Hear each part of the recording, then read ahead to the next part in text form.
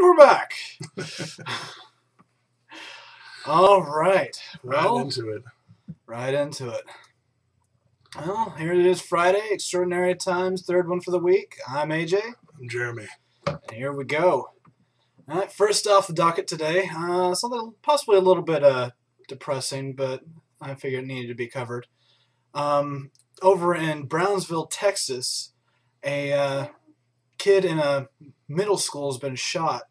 He by police. He actually brandished a gun at them and refused to put it down, and was subsequently taken down.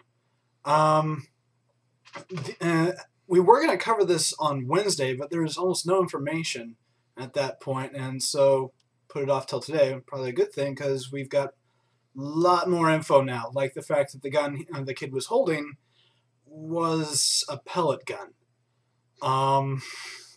If you look at the pictures, we're going to put the link down below. It really does look like a gun. I mean, you look at it, if someone pointed this at you, you would think, this guy's about to kill me. Further information from what I saw, I think really key to me, I don't know how much they're covering it over in Brownsville, but this kid had evidently probably been held back a year. He was 15 years old in 8th grade. Do the math, had to have been held back at least at one point. His parents, however, said he was doing a lot better recently. Had just gotten out of a depression. Was doing a lot better in school. Just seemed to be doing better overall.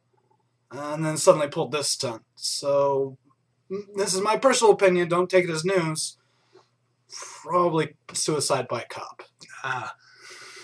It's really weird how when someone's in a deep depression about something, how if they all of a sudden just jump out of their box and, oh great, yay, they're probably not exactly being truthful with their excitement about anything. So, or it can even be like a release for them. They finally got they got an courage. idea. They got the courage to do the suicide. And they're like, oh, huh. Bam.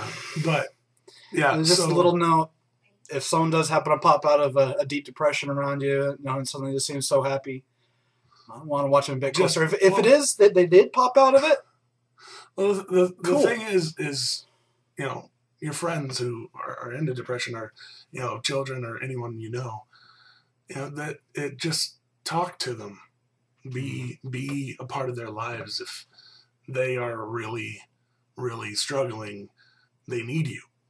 So exactly, be there for people. I don't know how to say that more clearly.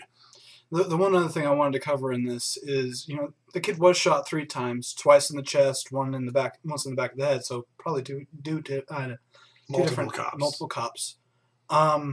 Those cops have already gotten death threats, and that makes absolutely no sense to me, because people are saying, well, why didn't you shoot to disarm, or why didn't you tase him? Like, for one, you don't shoot to disarm. If someone points a weapon at you, especially in a school with other kids around that could possibly get hurt, you take him out. If he had actually shot a kid and then the police shot him, people would be saying, well, why didn't you shoot him earlier? Why didn't you get there faster? Yeah. Having been a security officer myself, having had to walk around with a gun, badge and a gun, people trust you. That when you're in that mode, if someone looks like they're pointing a gun at you, if you think that you're in danger, the thing you are instructed to do is basically, if you think you're going to die, don't die. Mm-hmm. That's kind of it. If you don't think you're going to die, don't shoot them. But if you think you're going to die, don't die. Exactly. So the cops had to have felt threatened to have opened fire on him. So, and now the cops have to live with taking out a 15-year-old boy. Yeah, and that's something that doesn't exactly leave you. Even if you have to do it, it's not a want, not something that you forgive yourself for easily. Right. So for those who are like, oh no, police brutality, no, kid was being stupid and Exactly. Seemed like he was meaning to do it. Speaking of cops taking people out, but in a completely different way. Wow, that's a really awkward segue. I do my best. You're awful. Yeah. I appreciate you. So, and this one still blows my mind because also when you're a police officer, basically you don't think, or at least I wouldn't think that words. I would think that you would try and keep your professional life and your personal life as far apart as possible. Mostly because, well, yeah, police work is complicated. Yeah, police work is hard stuff.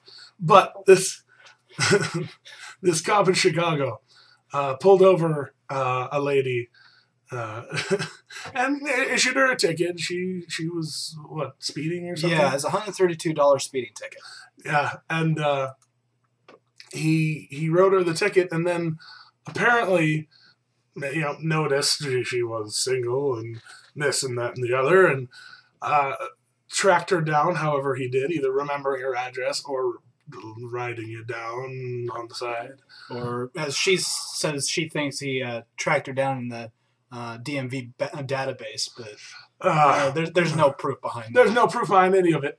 The punchline is he went to her house and left a note on her car asking her on a date.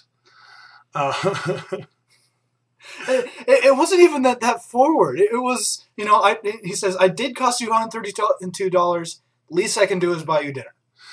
Well, it was, I don't know, well, we're going to, as always, link down there. You can read the note for yourself, but it's really kind of awkward and really, really, I'll say brave but stupid. Right. In that brave but stupid way.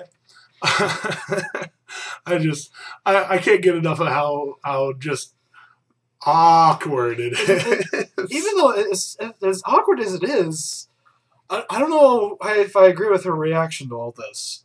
It's, and I don't know.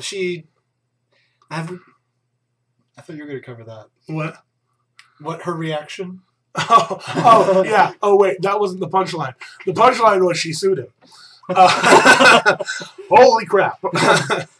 Wake up, Jeremy. You're starting to get sick again. No, I'm telling you. Anyways. So she's attempting to sue him for causing her undue stress. And what was it? There's more to it. Down at the bottom there. Okay, yeah. Right at the bottom of the paragraph, the link we're going to send you. It says the note caused her to suffer great fear and anxiety. Which seeks unspecified payment of damages. It's just... I can understand her reporting the cop, or at least, telling him no. And this is just one note. This does not qualify as stalking. This is anything really nefarious. Yeah. It's a note on the car windshield. Granted, that awkward. Yeah. I left notes for girls when I was a teenager. Yeah. Not even an upper teenager, a lower teenager, where I wasn't really even allowed to date. Right. That was what? People leave me notes nowadays. Is that awkward? Is it really? Does it cause you to suffer great fear and anxiety? No. If I know them, it's not awkward. I did get one note that nobody signed, and I'm not quite sure where it came from. That's a little frightening. That is a little awful. If it were from a cop, though, I'd probably not enough to sue. But people gotta do. Yeah, at least like I said, turn him in. A report to his superiors, whatever. Money. But sue over suffering great fear and anxiety. And she wanted the money. Yeah. She found an opportunity and she's trying to take it. So yeah, Jeez. Really, really just Awkward cop. Awkward lady.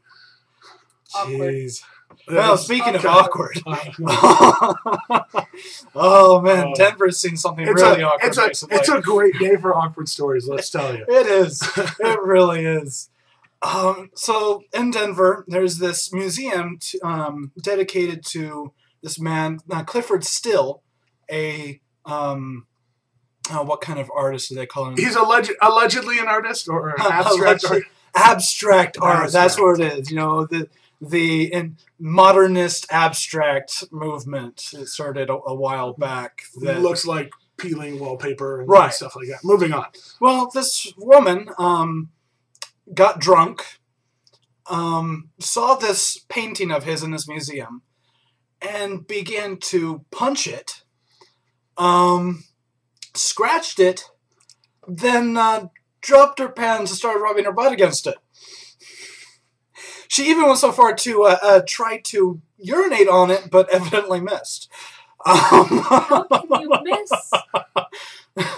I don't know. We don't know what the story is behind her attacking this alleged work of art, but we do know the painting is worth $40 million. And she caused a lot of damage. Well, supposedly. I'll say a lot of damage is relative because when it's a $40 million painting, a scratch like this might be worth $10,000. Right. But either way, when we first saw this article, we thought that the painting they were showing up at the top was the painting she ruined.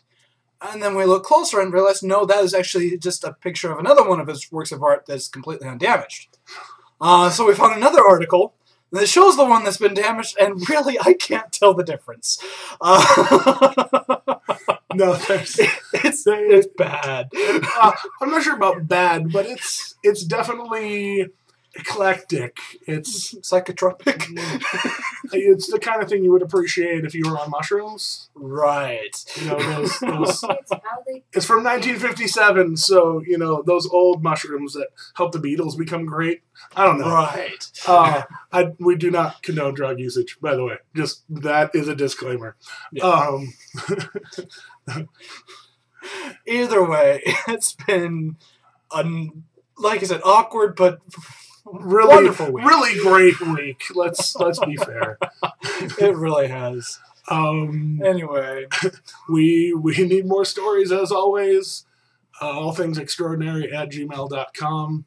If you want to contribute, or if you want to, you know, shout outs, or you can have us shout you out, or I don't know. And if you live close, we might even put you in the show. Maybe. We'll see what happens. Anyways, he's AJ. He's Jeremy. And these are extraordinary times. Be aware.